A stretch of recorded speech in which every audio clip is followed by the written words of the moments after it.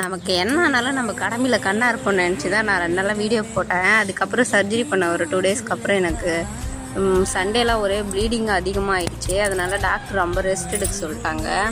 சரின்னு சொல்லிட்டு அன்றைக்கி 2 நாள் ஃபுல்லாக ரொம்ப ரெஸ்ட் எடுத்துகிட்டு இருந்தேன்.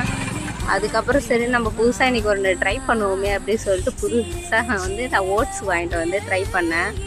ஆனால் நான் இது எப்படி நினச்சேன்னா இது ரொம்ப டேஸ்ட்டாக இருக்கும் போல் அப்படின்னு நினச்சி தான் நான் வாங்கிட்டு வந்தேன். சரி 2 மீன் அம்மா ஆயில் இல்லாமல் பொரிச்சு கொடுத்தாங்க. சரி நான் சாப்பிடும்போது ரொம்ப என்ஜாய் பண்ணி சாப்பிடலாம் சொல்லிட்டு வாயில் வச்சா என் ரியாக்ஷன் இப்படி தாங்க இருந்துச்சு. என்ன கன்றாவிடா இது அப்படின்ற மாரி இருந்துச்சு. அதுக்கப்புறம் சரின்னு மதியம் லஞ்ச் ஆச்சு, நல்லா சாப்பிடலாம் சொல்லிட்டு கொஞ்சமாக ரைஸ் எடுத்துகிட்டு மீன் குழம்பு வச்சு சாப்பிட்டேன்.